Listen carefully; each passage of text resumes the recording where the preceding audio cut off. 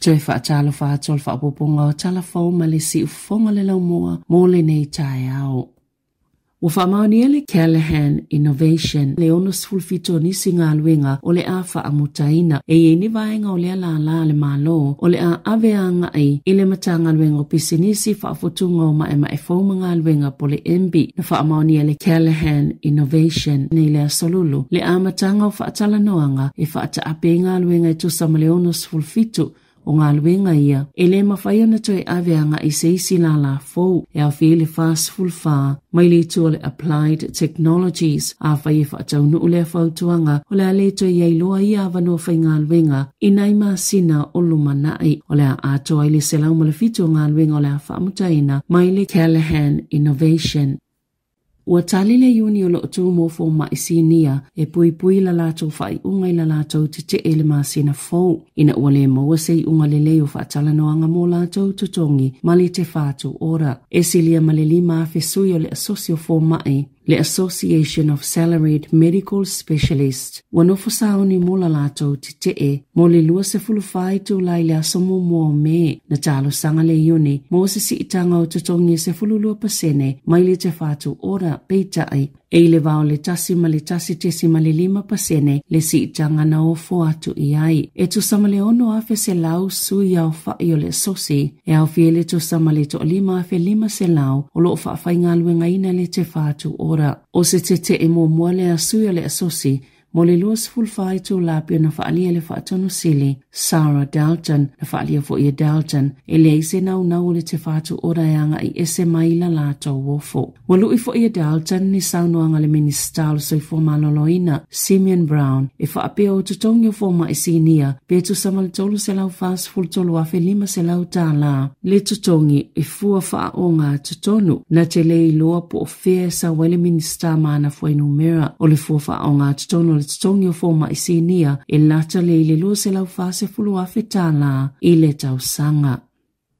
Na tūlau ele i o hakea e lata i Palmerston North i le nofuanga autua le whawa ataua New Zealand se tasi o waali le pito te le lanlangi o le Antonov A.N. tasi lua wha na se e o hakea lata lava i le se fulu lua wha se fulu i le au aulia na nafi mai sana malanga e lata i le 5 i tula mai Amerika Samoa. Na malanga mai lea wa atele, mani vaenga mo se ngā luenga tele o loo au fisi polo keti, o ni wa alele e lua tesima le tolu piliona tā la, lona wha atupenga. Pea ma le to lua afe tangata na muli, ile malanga le wa alele ala i wha maumaunga i lunga upenga ta wha ilangi, a o lele ana i lunga o le motu i mātu. O le wa alele lea pitu silio na lawi loa, ile muli ai o tangata i le lalolangi, po o fia lava o fia lelea ai i ai.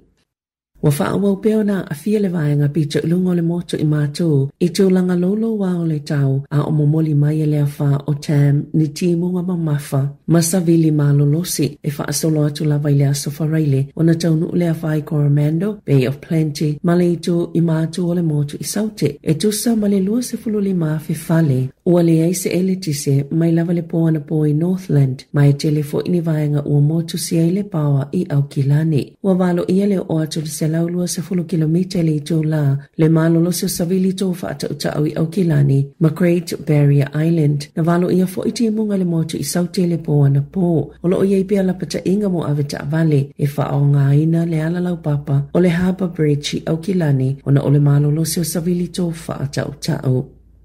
Sa mole mawina le se fulutau sanga taluai New Zealand, le pito silio na vavele si itia po le ola alfaitau o whaio le atunuu. Inisio vaenga le atunuu, mo ua 5.3 miliona, le whaitau o whaio tangata o ao te aroa le taiminei. O whaamaumaunga na whaalauloina le ofisa whai numera whaamaumawina New Zealand, i le asolulu, na whaailo ai talo mai le tau sanga i loa fe se fuluvalo. Ua si itia le whaitau o whaio le atunuu, mo ua tali tutu sa lava le numera le o whaapopo, ini a ai se lua peo le tele o Hamiltone. I tutono tau sanga i 5 o mai a te se malua whelua tolu, na si itia ili whaitau au whai o tangata New Zealand, mai le wha te se male iwa wha miliona, i le 5 te se male tolu tasi miliona. E silia male lua se fulu tau sanga le umi, na wha upopo ili whaitau au whai o le motu i mātu, mai le tolu i le wha miliona. Ai lata i le tolu se la wafe, na si itia pe wha upopo ili whaitau au whai o le motu i saute i le whai ungo le lua whelua tolu. E silia ma le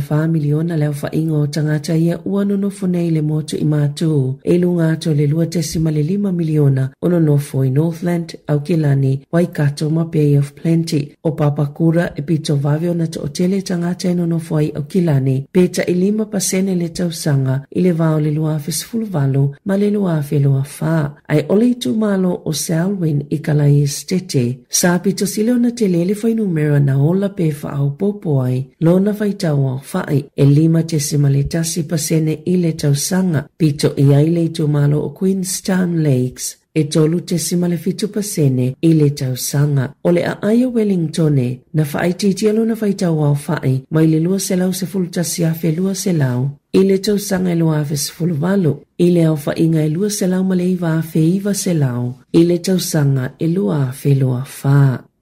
E tusama le 25%. O le afa ititi ele pāke te alfal tupe wha leo o ana tupe ngalue mo le tausanga a sau. Sa io ina wha atasi alfal tupe tonu male malo. Le wha ititi ngau tupe wha alu. Mai fōlinga mai e maafuana o le si iti o le au whaingalwenga pei o na iai. O le masina talwaina wha amawai wha afose e le kovana alfal tupe Adrian Oa. Ele pe le fal tupe wha leo. O le tele o isi matanga alwenga le malo e maua la tau tupe whaaltau sanga ala mai le pāketi. Ai, e whaatala noa le komiti whaatono al whaltupe ni mali lienga muni vai ngā tupe ta ilima tau sanga ma le minista o tupe. Lea e mawaina ni whautuanga mai le ofisa po le matanga alwenga o tupe. Na sauno le minista o tupe Nicola Willis i lea solulu o le mali lienga faule ta ilima tau sanga o lo atangia mai eli tulanga mo umia mo lala umalawa le malo. Ina ia whaailoa le lei tupe whaasao, ma whaalu tupe, i mea e tatau wai. Samo i talsanga ina alfal tupe se vai ngā tupe tasi te se male o tolu biliona, tā la mo tau sanga i 5, ia o lumanai, peita aina whautua ina o ia le matanga luenga o tupe, o lea o whainga, e le o whetau i mawhaamnianga po o le tūlanga te tauna maua mai ai, pei ona sauno ai le minista o tupe.